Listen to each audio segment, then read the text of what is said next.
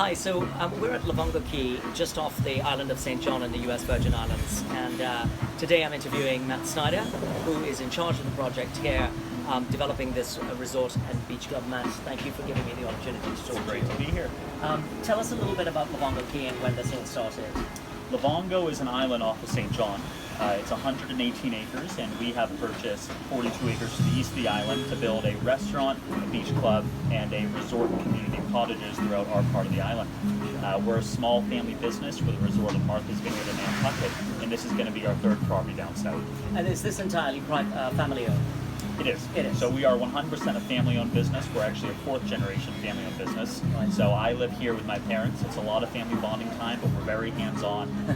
And that's how we've done our two properties in Martha's Vineyard and Nantucket, and that's how we're doing this property down south. Yeah. Now, one of the things I noticed about Livongo when I came here is that it seemed to have different elements and components to it. It wasn't just simply a resort with hotel rooms attached. Right. It seems that there's a plan here to have a sort of completely self-contained community. Tell us a little bit about the design of Livongo, what it's going to be. Well, this is a 7-year project, and it was very important for us, as we do in New England as well, to be part of the community. Yeah. And so we do not have the resort open yet. We opened 8 weeks ago with a restaurant, come for lunch, come for dinner, come for cocktails, and a beach club. Join for the entire day, so we are open to the community first. We can get community feedback, we can adjust, and we can learn before we build the resort throughout the island. Yeah. So part of the process here is we're new to the Virgin Islands, we're the new kids on the block. Yeah. To do this the right way and be part of the community, get our public-facing options first, Yeah. and then over the next few years, build a resort throughout the island. Yeah, well, I want to congratulate you on that, because many years ago when I visited the British Virgin Islands, one of the things that I noticed about the yacht club there was that they were very community facing. They did not close it off, and that they actually engaged the community, and it was incredibly successful for them. So I think that's a very, very good way to start. It's everything. Yeah. That is everything for us. We have been in Martha's Vineyard.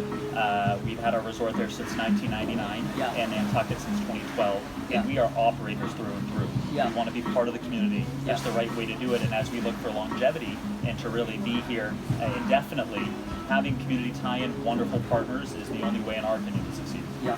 Tell us about what the plans are in terms of the components of this. There's a beach club, you have the restaurant at the moment. What about villas and other components that are going to be attached? Yeah, so we have the restaurant open, as talked about. We're a big boat traffic destination. We have a ferry open from St. John and St. Thomas that people can take daily to come over here for lunch or dinner. Right. The beach club, you can join for the entire day. We built a 70-foot infinity pool, cabanas, day beds, chaise lounges, island hiking trails, and then we're building a resort community of cottages. And that consists of a few different components.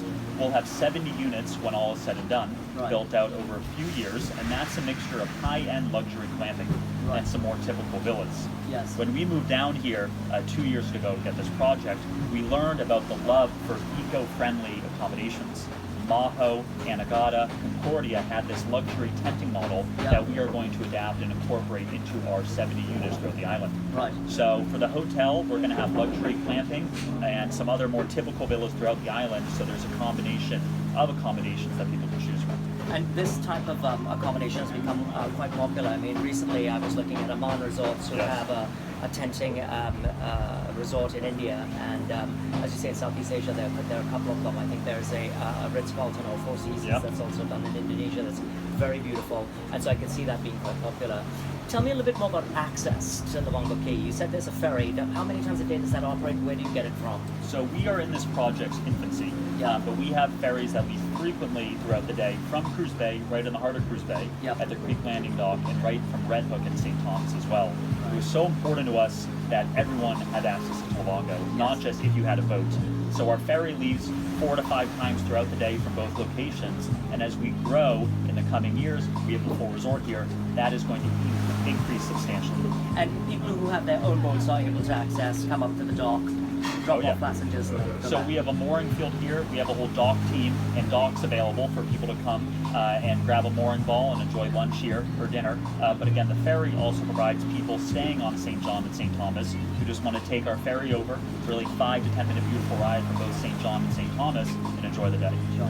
We can't have a conversation without discussing the pandemic and what's happened over the last year in the world. One of the things that we've noticed, we are official partners of Northrop and Johnson, who normally lease out all of their large yachts in this region during the high season. Yep. And this year, people have been unable to go to the British Virgin Islands because they can't close it off. Did you see significant uptick from the yachting community at Livongo? Because I would expect this could be a popular stop for yachts. Certainly. This has been quite the year. Yeah. We have had to reinvent ourselves as a company 1,000 times, as I'm sure you have as Yes. well, Yeah. and adjust and pivot. With the BVIs being closed and being a new destination, we certainly have seen some wonderful traffic here. But you never know what's around the corner, and being nimble and adjusting is the name of the game. Yes. With our 2 resorts in New England and Massachusetts, we were closed for longer than we would hope to be. But everyone's dealing with this, and it's one of those things that you have to take day by day. Yeah. But certainly, with the BVIs being closed and voters looking for options, us being a new one in the U.S. Virgin Islands, I hope we provided a destination that they otherwise normally would have gone to the BVIs for the day. Sure. And if you can, just tell me a little bit about what the cuisine is like here, what the plan is for that, or what it currently is, and what your plans are as you go forward. So we have a great chef, Stephen Belai, who's done a wonderful job here. We definitely want to have fresh seafood. Right. Which is wonderful, and people have really enjoyed. And what we're doing is we're taking feedback as to what people are looking for. Right. So during lunch, it's very different. We have very light food, delicious, and fresh food, fresh Yes. seafood. And dinner is, you're under the stars here. We have twinkle lights through the trees. It's a little bit more of a romantic setting. Yep. So as far as the cuisine, we hope to reflect the ambiance and what people are looking for, but definitely highlighting fresh seafood. Right. And of course, it wouldn't be complete if I didn't ask you about your cocktail program, so what you want to do with that. For sure. Cocktails are huge. It's been interesting to see the trends in the first 8 weeks. We're doing well with wine and beer, but our cocktail list is everything. Yes. And that's what people are purchasing and what they're looking for. They want rum, they want tequila, Yeah. and we're constantly updating our craft cocktail list for people to enjoy by the pool or just as they're getting off their boat for a day. So craft cocktails is a huge part of what we're doing here, and it's been really well received. Fantastic. Well, look, I want to thank you for this interview. I think, how do people find out about Livongo? Is there a website or a Yeah. booking site that they can go to?